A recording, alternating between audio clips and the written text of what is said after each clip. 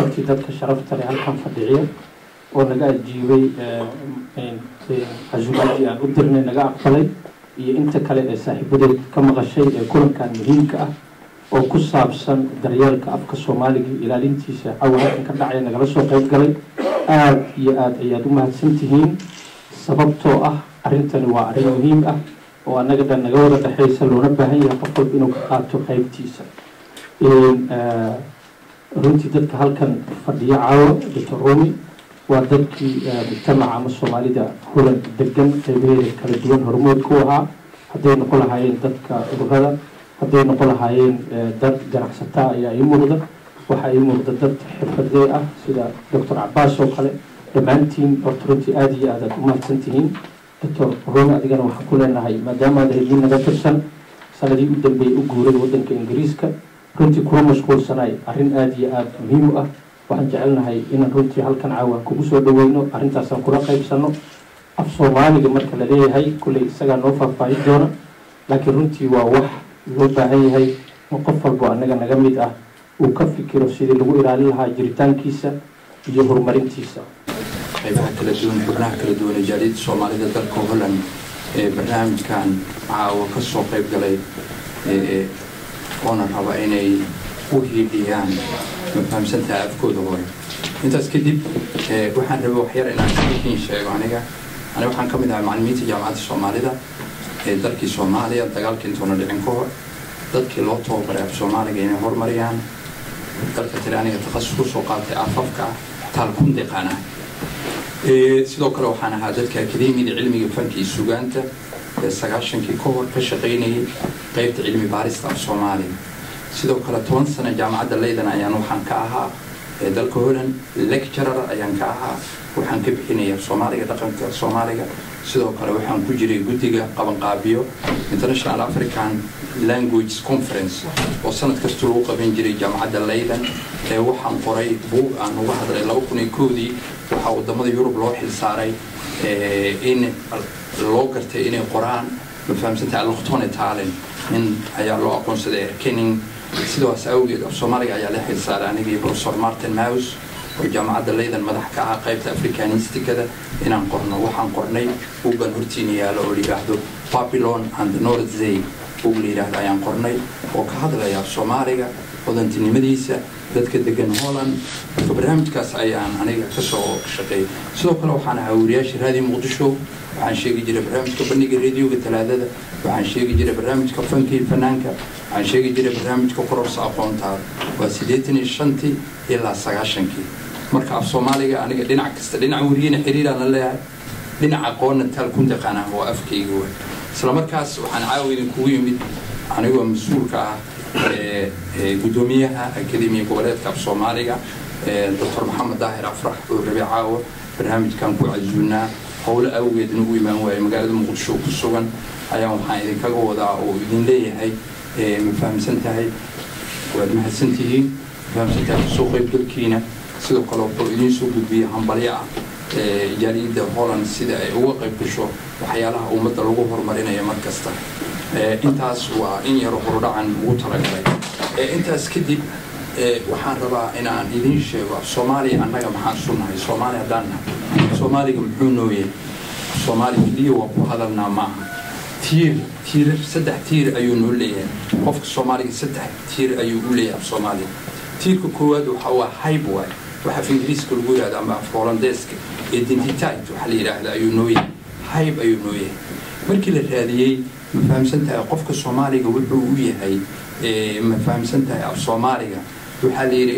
calanka waan garanay wuxuu kulminayaa dhammaan dadka Soomaalida qowmiyadda Soomaalida oo shantii ayaa ku taalo ma fahamsantahay digta shan geesood ayaa leedahay oo shantii Soomaalida waxa la raadiyay eray Soomaaliga laga dhex raadiyay oo hayb oo qofka Soomaaliga lagu aqoonsan karo meel kastoo joogo waxa la soo helay erayga wariyaa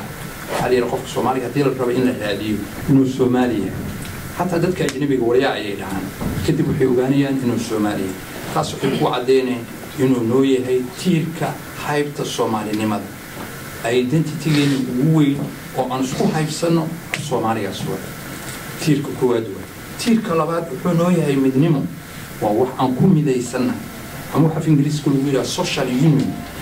ma fahamsantahay bulshada waxay ku midaysan tahay oo fahamsantahay social union ayuu noo yahay taas maxaa ku caddaynaya waxa ku caddaynayo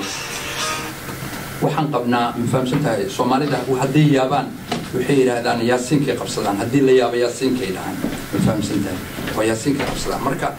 astaanta midnimada inuu noo yahay halgamayaashii soomaalida waxay nooga tageen heeska soomaaliya tooso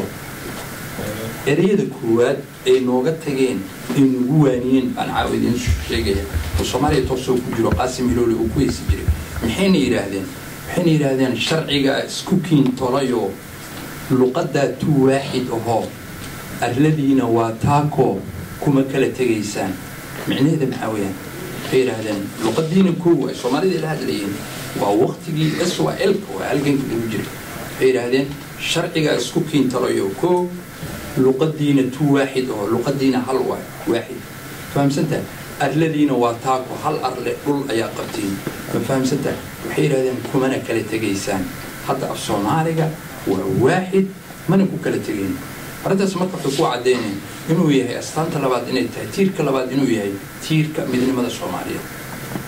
arrinta kale tiirka saddexaad waxaa weeyaan waxa la yidhaahdo nationalism ama wadaniyad ururka SYL-ka wuxuu qabay ajenda ayuu qabay oo siyaasadeed qodobka shanaad wuxuu ka dhigtay in la qoro af soomaaliya mar wuxuu noo yahay midnimo mar wuxuu noo yahay haybaan isku aqoonsano dadka kale uga duwanna marna wuxuu noo yahay ma fahamsantahay wadaniyad oo waa wax nationalism ah maadaama SYL-ka ay yidhaahdeen waa in la qoraa farta soomaaliga arrimahaas marka ahmiyadooda ayay mudan yihiin waxaan jeclaan lahaa faataxa inaan u akhrino waxaan soo qaaday 4 ka mid ah dadkii u soo halgamay farta in la qoro way badnaayeen ma hayno kulligood qoraalladoodii qaar ayaan haynaa inaan idiin sheegaan rabaa aan u ducayno maadaama ugu yaraan 50 sano ay ka shaqaynayeen in farta soomaaliga la qoro ay qafo wadatay fikrad farta soomaaliga habka lagu qorayo waxaa ka mid oo caawa idin hor yaallo ninkaas ibraahim xaashi allah u naxariisto jannada allah ka waraabiyaan leenahay nus qarni ayuu ninkaas u halgamay in farta soomaaliga la qoro halkaas buug ayaan ka haynaa daabacad labaad laguma samaynin arrinteenu dhan qabyo waayo soomaaliya haddaana hataa dadkaas waa qiimeyn weyn buugagtooda waxay mudnaayeen in daabacadii koowaad daabacadii labaad daabacad saddexaad lagu sameeyo qoraallo yararan ka haynaa oo qaarkood dhumi rabaan allah u naxariistaan leenahay ibraahim wuxuu qabay in farta soomaaliga lagu qoro af carabi ilaahay carabigii soomaaliga isku dhow yihiin ha lagu qoro dadkii soo halgamay meeshaan waxaan ku haynaa shiro jaamac axmed oo ka mid yahay isagana dadkii u soo halgamay nus qarni in farta soomaaliga la qoro shiro wuxuu aaminsanaa in farta soomaaliga lagu qoro latin wuxuu dhahay af latiin aan ku qorno fahamsantahay iftiinka aqoonta qoraalada la yidhahda ayuu soo qoray waa buug ugu horreeyay naxwo uu qoro weyaan hadda lama helayo ma yaallo taariikhaan oo kanu ka haynaa waxaan kaloo haynaa ma fahamsantahay xuseen sheekh axmed kadare isagana allah u naxariisto buu ka mid ahaa isagana dadkii soo halgamay oo rabay farta soomaaliga in la qoro isagana jannada allah ka waraabiyo wuxuu watay far uu ku magacaaba kadariya oo rabay farta soomaaliga in lagu qoro far uu watay waxaa isagana haynaa allah u naxariisto isagana jannada allah ka waraabiyo yaasiin cusmaan kennedy oo ka mid indhargaradka ugu weyn soomaalida ma fahamsantahay waa ninka keliya oo u istaagay inuu qoro 10,000 oo eray oo af soomaali oo qaamuus ah erayga boorda buug wax la yidhaahdo soomaali ayaa eray kale lagu turjumaya waa kaas isagana waa ninka ugu horreeyay soomaali dictionary qoro fahamsantahay qof kastoo maanta inuu rabo wax inuu qoro yaasiin cusmaan kennedy wuxuu ku qasban yahay inuu reference ka dhigto tixraac inuu ka dhigto meel kale uga gamba kara male inuu raaco wuu ku qasban yahay fahamsantahay isagana wuxuu qabay farta la dhihi jiray cusmaaniya oo aabihiis ka soo ma fahamsantahay soo alifay allah u naxariista isagana yuusuf cusmaan kennedy dadkaas waa dadka naga mudan abaalka oo halgamayaal fahamsantahay sidii dadkii ugu halgamay gobonimada ay ayagana u halgameen in farteena la qoro gobonimada markii laga hadlayo 2 nooc ayaa lagu tilmaamaa mid waxaa la yidhahdaa xorriyat al-ard carabiga waa inaad dhulkaaga oo dhan haysato hukumiisi uusan kaa haysanin oo adiga kunto marna waxaa la yidhahdaa xorriyat daat ayaa la yidhahdaa xorriyat daat waxaa weeyaan fahamsantahay inaad adiga tahay qof jiro dhaqan leh luqad leh nimankan waxay u halgameen xorriyat daat ninka Soomaaliga inuu xoroobo fahamsanta brainwash inaan lagu sameeyno maskaxda laga dhaqin luqado kale uusan ku tiirsanaan luqadooda ay qortaan ayna hodantinimo ku gaaraan wayna ka dhabeeyeen Allahuna haris anaga la marka inaan halgankoodi meesha ka wadno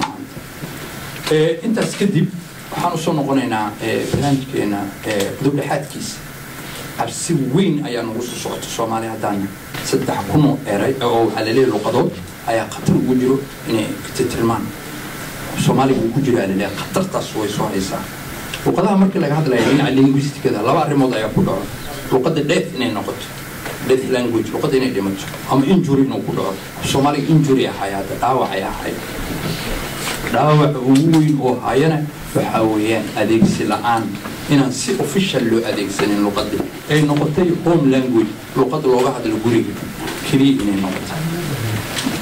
haddaba waxaan idin sheegayaa sida loo ilaaliyo deegaanka dabiiciga ah environmentiga waxa la yiraahdo sida loo ilaaliyo ayaa loo baahan yahay luqadana in loo ilaaliyo luqadda erayo cusub oo kusoo kordhayo waxa la rabaa documentation lagu sameeyo erayo cusub oo dhimanaya waxa la rabaa in la xafido anagu waxa noo haya male maanta afkii waxa ku dhacay laba dhibaato weyn oo wax lagu barto afku xafisna loogama shaqeeyo marka luqadii maxay ku soo koobnaatay home language luqad ilmaha guriga iyo hooyada iyo aabba ay ku hadlaan alaab ii soo qabo marka maxay u soo halgameen nimankan 50 sano haddii luqadda intaas lagu ekeenay marka ina arrintaa ka gudubna ayaa loo baahan yahay waxa la yiraahdaa luqad hadii jirin nolol ma jirta la yiraahdaa waxa ilbaxnimooyinka maanta jiro Shiina Hindiya Mesopotamia kulli waxay nagu soo gaareen documentation qoraal nagu soo gaareen inay jireen ilbaxnimada Hindiya inay jirtay ilbaxnimada fahamsantaa Iraq waxa sugan qoraal ay nagu soo gaareen marka qoraal hadii jirin wax jira maanta marka Soomaaliya maxaa ka jira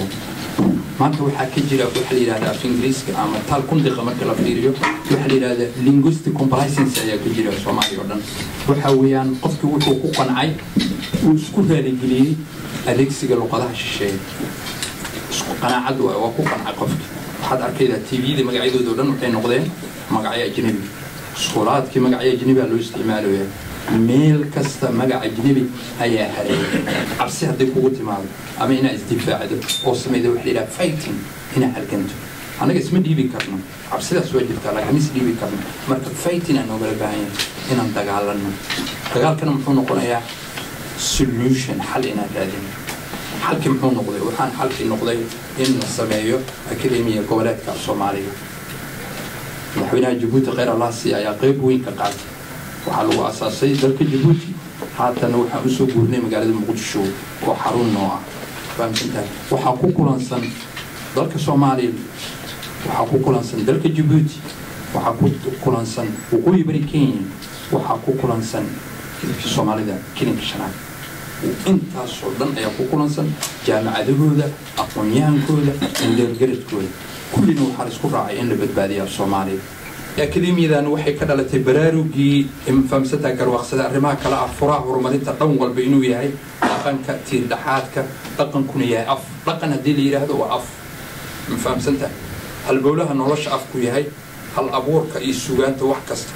ummad kasta afkeeda hooyo inuu yahay astaanta jiritaankeeda ma jirtid hadaadan af lahayn waxaana la jooga dalka Ingiriiska niman badan oo dhahay I'm British British matid madooba ميلا ما عندك شغل identity ماله لغة ماله إبر هالكاس مرك إنا نجارن يعني إلهي كرجينينا وعلمينا عبر هذا هذا I'm Somali فهم سنتها هذا من حنو قدر كان يرد يبرن I'm no good in Somali language وكله كم في عنا في Somali مرك حنو عذر دار النقطة السماستان كان يرد فهم سنتها مركا محاكم يدن halistu maanta ku sugan yahay la leeyahay fahamsantahay shayga sida uu qaaliga kadib burburkii Soomaaliya oo ay la burbureen dhamaan xarumihii iyo hay'adihii ilaalinta iyo adeegsiga Soomaaliya dhamaantood waa burbureen afka iyo suugaantiisa inay yihiin aalad ugu habboon ee loo adeegsan karo nabadeynta dalka iyo walaaleynta dadka waxaa la ogaaday afka iyo suugaantiisa in loo adeegsan karo peace nabadda in loo adeegsan karo brotherhood dadka Soomaalida inay walaaloobaan in loo adeegsan karo sidaas awood ayuu yahay Soomaaliga dhaxalkeena maxay idinka sugeynaa gabagabo laba arrin ay idinka sugeynaa reer Rwanda daatiin waxaan idinka sugaynaa xuska loo sameynayo maalinta afka hooyo hadda kadib inaad ka qayb gashaan bil kasta February annaga waa qabanaynaa reer Ingiriis haddaan nahay qolo kasta way qabanaysaa arrinta labaad waxaan idinka sugaynaa inaan idinka helno guddi arrintaas u istaago xubno ka mid noqdo akademiga goboleedka Soomaaliya dalka Ingiriiska oo ka jira laba idinka Yurub noqday oo waxaan idhi aniga asxaabteedii dadkii aan aqaano dhan halkaas iyo kow idinka idin fahamsantahay marka inaad guddi samaystaan guddigaas ka qayb gala shirarka dhacay Djibouti oo ka qayb gala shirarka dhacay Soomaaliya oo lug yeesho arrimaha jiro oo wixii warbixinna ma fahamsantahay aan soo gudbino oo noo noqdo channel aan ku wada xiriirno aad u mahadsantihiin waxaan rajaynayaa intaanan la soo gabagabaynin waxaan jeclaan lahaa inaan idin guddoonsiiyo buugga aan qornay oo la yiraahdo afmaal ma fahamsantahay oo ay qoreen dhammaan aqoonyahanka Soomaaliga sida Ilaajaas Ciid Saalax ma fahamsantahay kulligood qoraalladoodii ku qoran ma fahamsantahay waxaan jeclaan lahaa guddoomiyaha inaan guddoonsiiyo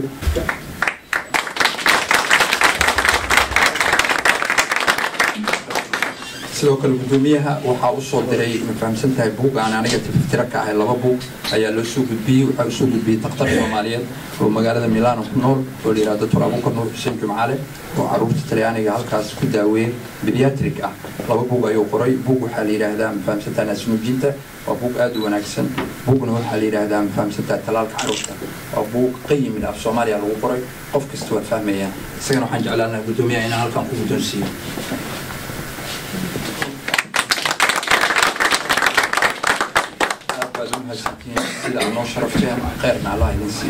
waxaan filayaa inaan ka mid tahay dadkii af Soomaaliga loo tababaray intaas sano ka soo shaqeynayay sababta keentay 2013 la aasaasan aan fahmay akademiga gobolka hadda la sameeyay 2013 ilaa badalka Soomaaliya waqti badan baa u dhaxeeyay waana waqtigii inta badan dhaawaca afka Soomaaliga uu soo gaaray intaas in la iska jiifto khaasatan dadkii af Soomaaliga loo soo tababaray ay ka jiiftaan sababta keentay maxay tahay dadaal waa jiray laakiin dadaalka xooggiisa meeshaan uu ka yimid cabsidana waxaa keentay maadaama la leeyahay 3,000 luqadood ayaa laga yaabaa inay dhintaan marka walwal weyn aan nahay walwalka ugu weyn wuxuu naga hayaa carruurta dibadda ku dhalanayso aniga hadda markii aan shirki tagay February magaalada Muqdisho waxaan ku lahaa khudbad madaxweynaha iyo ra'iisul wasaaraha meesha kula kulanay ma fahamsantahay aniga warbixintiida madaxweynaha iyo ra'iisul wasaaraha aan gudbiyay waxay ahayd محاول موضوع عن كم عابي فهمتها محاكا هايستو قربة إيه دلانك الصومالي الحوينا يوي فهمين أنت ولول كنا جاي عروتين أو أيتنتي تكون إني دوميان أيتنتي تكون هذه دوميان أو حن سكون هاي مجران هذا واحد هذه الصومالي كلي ومن كلي واحد كلي هذه تذكر الدول الصومالي أو سيد البروفيسور إنه قلوة أمسن إن أنا هنا أنا قدرت همجين إنه همجين هنا إنه قد بدن كل دول هو هذا لكن كل دول جري لكن كلي نومات كلي دومين تكون نقضي أو لقاهي كلي تاني ما حد قبضت تاسع Soomaaliga identity-geena waa kulligeena af Soomaaligaas ayaana midaynaya Soomaaligan ka hadlaynana waxa waa Soomaali standard kii lagu qoray farta Soomaaliga fahamtay kaas waa kan ka hadlayna marka insha Allah ta'ala discussion waa jiraya dadka educatorska ay ka hadlayaan diversity inuu jiro Soomaalida dhexdeeda language ahaan diversity inuu jiro culture ahaan waxyaalaha isku diidayaan ma laakiin hadda waxaan ka hadlaynaa waxa waa written language Soomaaliga oo qornaa oo standard ka ah raadiyo looga hadlo TV-ga looga hadlo qoraalka lagu soo qoro inaan safe gareyn maxaa dhacay dadka Talyaaniga aad ku soo qaadanaya lahjada kala duwan ay qabaan maxaa la qaatay mataqaana lahjada la qaatay Talyaaniga wax soo bartay waxa la qaatay Fiorentino wax la yiraahdo dialecto Fiorentino oo French dialectiga looga hadlo ayaa la qaatay ka tag dalka Faransiiska tag waxay qabaan luqado kala duwan maxaa la qaatay Barijina la qaatay luqada Baris looga hadlo ayaa la qaatay la yaab ma leh fahamta luqadaha saas waa marka ayagoo jiraan lahjado horan arag Fries jiro Fries ma standard language waxa waa Dutch language marka la yaab ma leh meesha waxaan ka hadlaynaa waxa waa standard Soomaaliya ka hadlaynaa waxa kale jiro minority language wax la yiraahdo Soomaaliga oo ka jira marka waxaan rajaynaynaa inuu yimaado wax la yiraahdo language policy dawladda soo socota inay yeelato oo arrimahaas lagu farqeyn doono language policy u baahan dalka Holland language policy oo qabaa dawladda waxay qabtaa language policy Soomaaliga ku jiraan laakiin waxaan idin sheegayaa dhammaan dadka Soomaalida inay ku wada xiriiri karaan Soomaaliga wixii dialect ah guri ah gaar waaye ayagana wuxuu u baahan yahay development dhibaatada ugu daran waxay ka jirtaa hadda marka qurbaha laga soo tago ile dadkan qurbaha ku dhashay oo kale waa dhibaato taas waa la ogsoon yahay waa wax iska cad laakiin gudaha soomaaliya oo kale waxaa jira wax la yidhaahdo iskoolaadka iyo jaamacadaha oo kale in lagu barto ama manaahiijta kala duwan ee dalka uu leeyahay lagu barto afka qalaad english carabiga sidoo kale ma tagteen meelahaas oo kale iskuulaadka ma booqateen jaamacadaha ma booqateen meelaha madaarista wax lagu dhigo ma ka wacyigeliseen ma u sheegteen dadkaas in loo baahan yahay in iskuulka ama jaamacadda dadka lagu baro luuqadda soomaaliga wax lagu dhigo casharada lagu bixiyo kale wacyigelinta way socotaa akademiyada maadaama ay cusub tahay waxaan hadda sameynaa idin sheegaya guddiyo anigoo kale hadda waxaan ku jiraa guddiga la yidhaahdo qaamuus ayaan sameynaynaa qaamuus yaasiin iyo kuway sameeyana ugu dambeeyey qaamuus muddo dhan lama sameyn qaamuus ama dictionary waxa la yidhaha ama boardan book saa rabta saa u taqaan qaamuusya ayaan soo saaraynaa insha allahu tacaala dadka soomaaliyeed qaamuusyada laba nooc ayaa la yidhahdaa ingiriiska marka la yidhahdo kuwa waxaa la yidhahdaa monolingual waxaa waay erey soomaali ayaa erey kale lagu turjumaa kuwana waxaa la yidhahdaa fahamsantaha bilingual waxaa waay erey ingiriisa ayaa af soomaali lagu turjumaa marka waa wadnaa qaamuusyadaas fahamsantaha erey bixin ayaa la wadaa qeyb kalaa jirto guddi kalaa jirto gulaan ah cilmi baaris sidaan sameynaa hadda buugtaasa ka akhrisan kartaan afmaal marka dadaal waa jiraa wacyigelinna waa imaanaydaa oo dadka in laga wacyigeliyo af soomaaliga waxaan soo aragnay xafiisyada dowladda dadka dhalinyada ka shaqeeya qaarkood hadda soomaaliyana kuna hadla aqoonin iskaba daa in wax kale la sameeya arrimahaas maxaa ka qabata maaha inaan kusii dayno oo keliya dowladda in la isxilqaamaa loo baahan yahay midda kale arrintaa xusto run waay xarunta akademiyada cilmi maxaa waaye goboleedka waxay ahayd dalka jabuuti madaxweynaha qayb weyn oo ka qaatay jabuuti khayr allah siiyo magaalada xamar oo noogu yimid dhagaxay dhigeen asagii madaxweynaha soomaaliya waxaana la siiyey meel aad u weyn dhismayaasha magaalada ugu fiican haddaad taqaaniin shalay xamar meesha kasoo horjeeda kafeena zonaale ayaa la siiyey akademiyada meeshaas ayaa looga dhisayaa intaasoo daba oo ay ku wada shaqayn doonaan dhammaan dadku ku hadla af soomaaliga soomaaliga naftarkiisii ayaa waayadan dambeba qoristiisii hataa la iloobay runtii marka aad aragtid waa intaasoo website-aad jirta oo sida af soomaaliga loo qoraayo shibanayaashii ama shaqal dheere ama shaqal gaaban ama warqad ama xarfihii 7 ahaay oo laalaabmay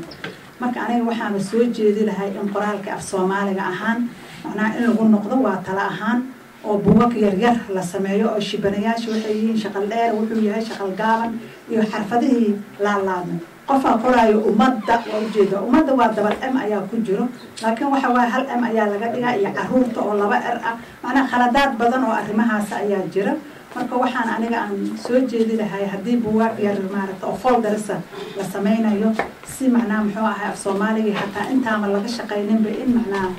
si macnaha muxuu ahaye dadkii loogu wacyigeliyo ilaa hadda ma jiraan wax website oo maaragta luqadaha afka soomaaliga sida luqadaha kale 6 bilood hadda oo la soo gaabiyo ku baran kartid ama ma ku jiraa jadadiina in mustaqbalka dhow aan loo sameysaan website noocaas reemiyigii dhaqankoodii afkoodii waa hayaan afku meeshu ka dumaayo oo ka baaba'ayo oo is-ilowsho uu ka jiro waa magaaladii laftigeedii boorarkiibay waxay ku dhigteen ingiriisi iyo carabi tvgiibay waxay ku dhigteen ingiriisi iyo carabi iyagiibaa ingiriisi iyo carabi iskooladii ka dhigtay halkaasaa afkii ka lumaya marka baraarujin kaas haraanoo kulaacsan oo kii reemiyig oo kale ah baraarujin afka ah ee gudaha ah ee magaalooyinka soomaaliyeed ah in la sameeyo ayaa aada loogu baahan yahay intaan qoriga qaadanayno inaan qalmaanta haddana ku bedelno waa fiican laakiin khasaare maahan ummaddu waa nooshahay waana jiri doontaa insha allahu bilkariim 72 markii lagu dhawaaqay qoraalka farta soomaaliga anigu waxaan ka mid ahaa 74 xubnihii ka qayb galo ololihii bar ama baro marka maanan baranaynin laakiin waa barayay degmada xamar jajab ayaan ka howlgelayay inta walaalahay iyo ay aadeen maxay ololihii reer guuraaga run ahaantii guul badan baa laga gaaray dhaxalkeenii oo dhumay in la raadiyo ayaan maanta codsanaynaa aad iyo aad bay arrintan u qiimasan tahay soomaaliga sidii loo nooleyn lahaa aniga su-aal qabo waxaan rabaa inaan horta aad iyo aad ugu dhiirigeliyo Rumi iyo dadka lamidka inay arrintan wadaan waajibka innaga laftigeenna inaga saaran dhinaceena tusaale ahaan arrinta dabaaldega in xus loo sameeyo bisha February waa arrin aan runtii aan u xoojin lahaa weliba fikradaan ku daray waxa weeye markaas xoojinta la sameeyo dabaaldega la sameynayo in bandhig la sameeyo oo dhalinyarada macnihii oo kale aad loogu dhiirigeliyo